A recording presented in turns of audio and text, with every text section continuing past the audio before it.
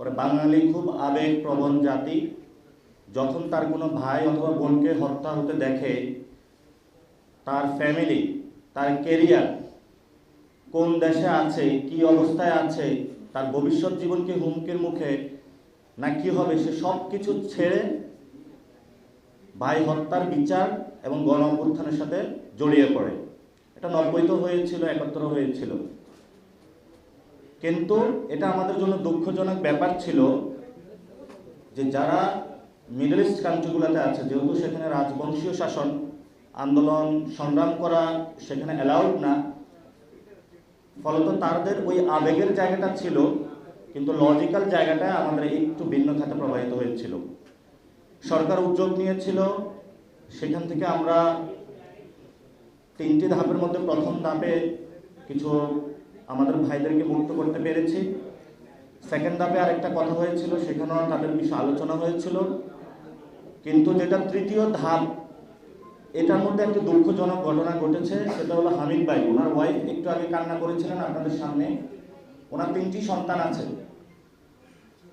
এবং উনি কিন্তু এই বন্দি অবস্থায় মারা গিয়েছিলেন। আল্লাহ তাকে শহীদ করুক এবং জান্নাতে রাখুক, এটা আমাদের আজকের এই প্রোগ্রাম থেকে প্রার্থনা।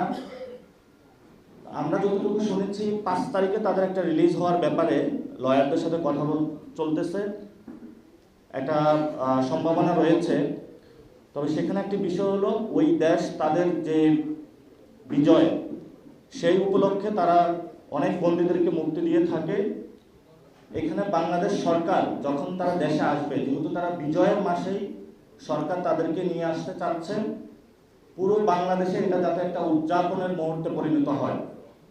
কারণ এই মানুষগুলোর কারণেই কিন্তু এই সরকার আছে, এটা সরকারকে বুঝতে হবে।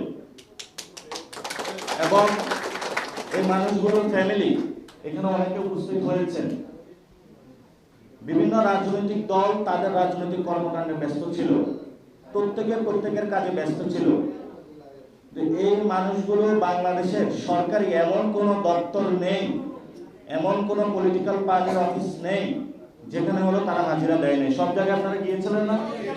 সব জায়গায় ওনারা গিয়েছিল।